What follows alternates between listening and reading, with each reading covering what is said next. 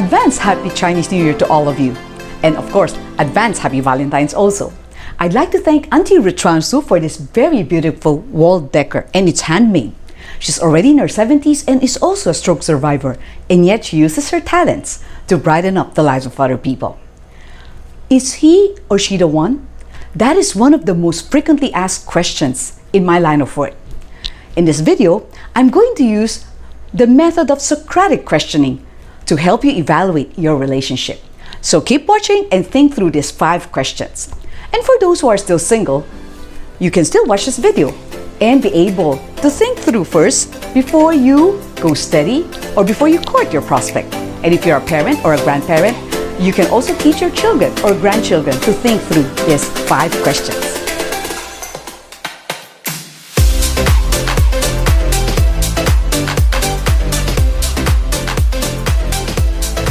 Welcome to Adjusting Your Heart. I'm Doc AJ, and in case this is your first time to watch our videos, please subscribe and also click the notification button below so that you'll get notified every Friday afternoon.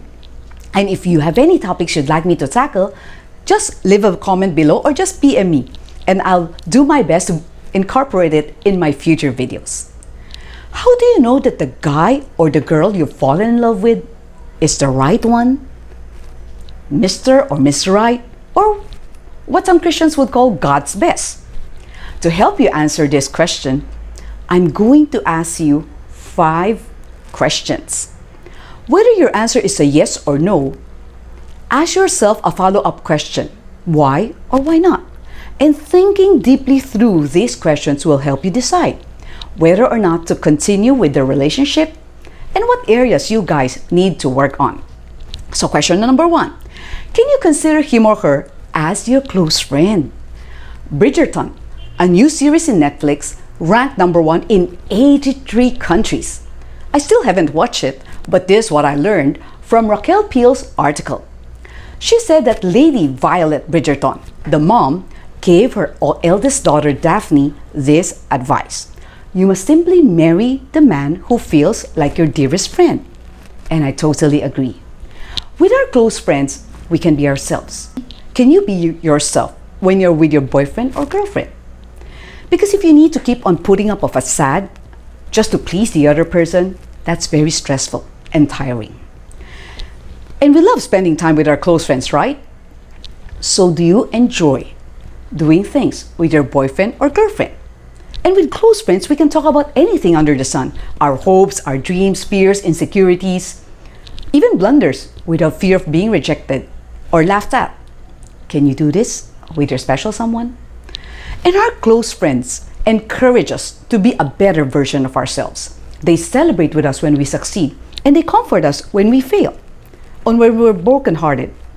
And I do hope that your significant other can also do likewise.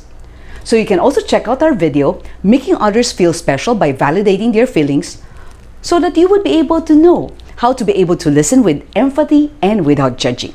So question number 2, can you accept each other's flaws?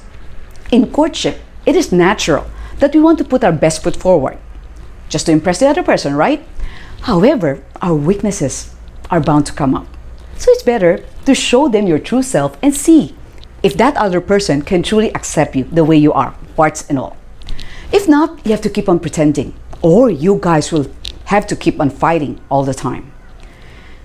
And you wouldn't know that person that well if it's a whirlwind romance. That's why it will be wise to get to know that person on a deeper level before getting engaged or getting married. See him or her at their worst. Engage if you can accept it or not. Or you can work things out, right? And we don't just give up when someone fails, unless that's really a deal breaker for you.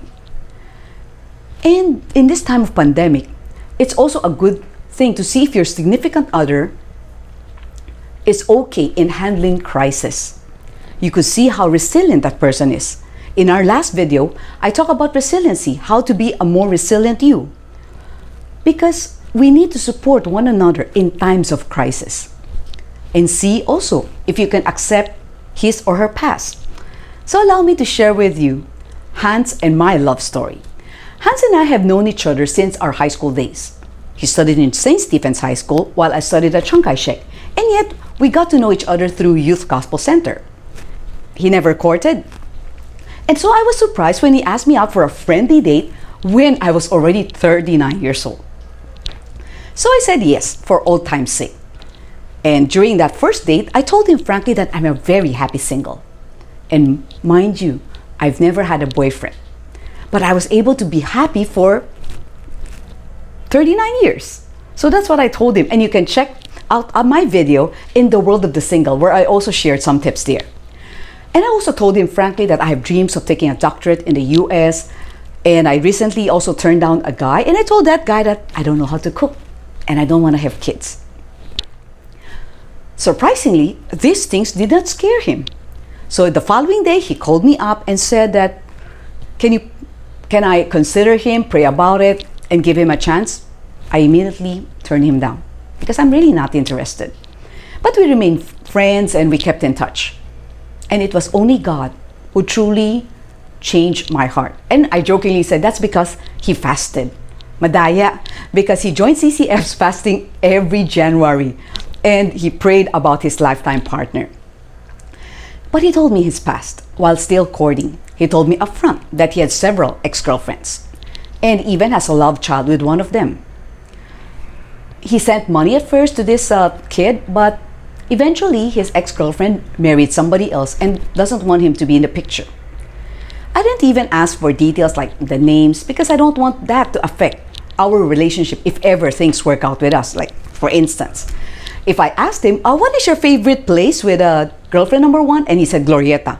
So in the future, whenever we go to Glorieta, that would come to my mind and it would irritate me and we would have a fight for no reason at all. So girls, it's better not to know all the details, just the major ones.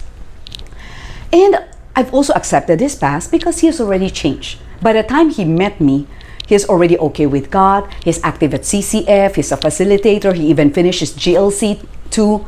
So he's already okay. And as for his daughter, he asked me if I can accept her in case she appears in his life once again. I said I'm okay with that because I don't want to deprive him of his father-daughter relationship. But before I formally said yes to him, I want to get my parents' approval. So I told my mom about it. And surprisingly, she doesn't have any violent reaction. I came from a very traditional family, very conservative one. So I was expecting a violent reaction. But when she didn't give any, then I know that that's also a go signal from God. Actually, Hans was willing to come up in the open and share his story, his past. But I said, at this point in time, there's no need. So we only told a few people, like my family members, some close friends, about his history, because the daughter was still out of the picture. In 2018, God moved us to share Hans' past to our MGC leaders because that's where we're serving. God's timing was perfect because in 2019, his daughter Colleen found him through the internet. So after that, of course, we told all our friends and relatives. And of course, we welcomed Colleen into our lives. And you can see from this picture, she's the beautiful girl in brown. We met up with her. Her half-sister, China, was there, and also Colleen's boyfriend, Nigel. So question number 3, do you have the same values? Having the same values regarding lifestyle, spending habits, priorities, marriage roles, goals in life would lessen a lot of conflicts. It doesn't mean you have to have the same mindset in everything, no, but at least you can agree with each other regarding what matters most to you. God occupies the #1 place in my heart, and that's the same for Hans. That's why we made a commitment when we were already going steady that our first kiss on the lips would be on our wedding day.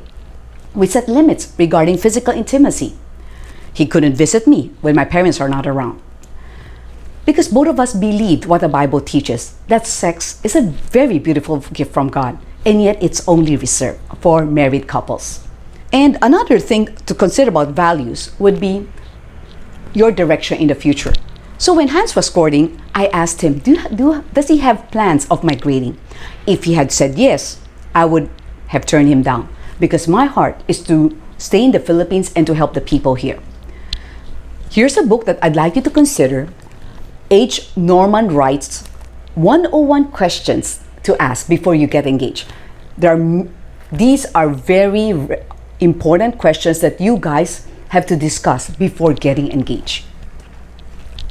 And for those who are single, it will be helpful also to come up with your must-have list and can't stand list, or your list of negotiables and non-negotiables. For instance, I passed Hans 3 C's. Very funny. He only has 3 criteria. 3C. Christian, Chinese, but he's not a racist. That was his mom's request before she died. His mom is a true-blooded Filipina, and yet she wanted Hans to marry a Chinese. Don't ask me why. The third is the girl should be cute. So he said I passed the 3 C's. I said, oh, that's easy. A lot of girls could be that girl, okay, for you. And yet Hans passed my list. Actually, in my list, I have 35 things I want in a guy. He got 28, so I said, you pass. So, but don't be over concerned in finding Mr. or Miss Right, but it will be more important to see if you have the qualities of being Mr. or Miss Right. And question number 4, can both of you resolve conflicts amicably? For us, I told Hans when we went steady, let's just be transparent. Show me your true self and vice versa. I'll show you mine. Because if we're not compatible, let's just split up, okay? Let's not force ourselves into marriage. We might just end up, we don't want to end up in a divorce, right? And I don't approve of divorce. And learning how to resolve conflicts in a mature way is very, very important. And you can start learning that, okay, by watching videos. I also made one. It's called 4 Soft Skills You Need to Cultivate for Personal and Professional Success. I taught about conflict resolution skills. And I'd also like to give a tip, especially to all the ladies out there. When you're talking to a guy, give him time to process before answering your questions. They need more time.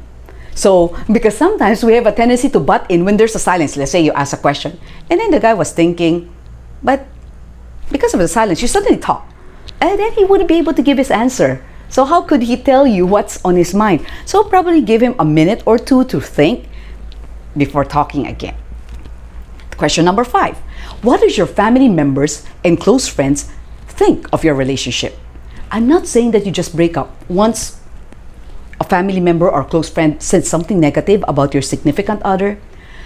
But remember, our friends, take note, close friends, the people who love us, our family, they love us. And sometimes they can see things in your significant other that you don't, because sometimes love is blind. That's what they say, right? You're blinded. So you can see his flaws or her flaws, and which might cause a problem in the relationship in the future.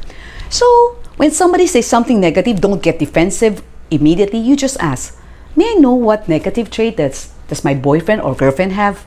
And then you think through, is it true or not? So I would suggest that you also spend time with each other's family and friends. That way you would see how your significant other interact with the people that you love. Remember that the family and friends would also be with us after we got married. Look at this picture that I'm gonna show. That's just one of the groups, okay, that took picture with us. That's the YGC and the Jerism group. Because I'm an extrovert, so I have more friends than Hans. And they're very important in my life. And I want Hans also to accept my friends. And let's say somebody misjudged your boyfriend or girlfriend prematurely, then allowing them to spend time with your special someone might change your mind. Parental blessings is very important. So please wait until they approve. So these 5 questions, think about it. Can you consider him or her as your close friend? Number 2, can you accept each other's flaws? Number 3, do you have the same values? Number 4, can both of you resolve conflicts amicably? Number 5, what does your family members and close friends think about the relationship? I'd like to thank Michelle Rose Escara, Reverend Philip and Pastor Joyce Call, and Reverend Richard Leon for encouraging us. Again, if you have any topics that you'd like us to discuss, please PM or leave a comment below. And next week, our topic will be 5 red dating flags to watch out for. And this is Doc AJ Chua signing off. Stay safe.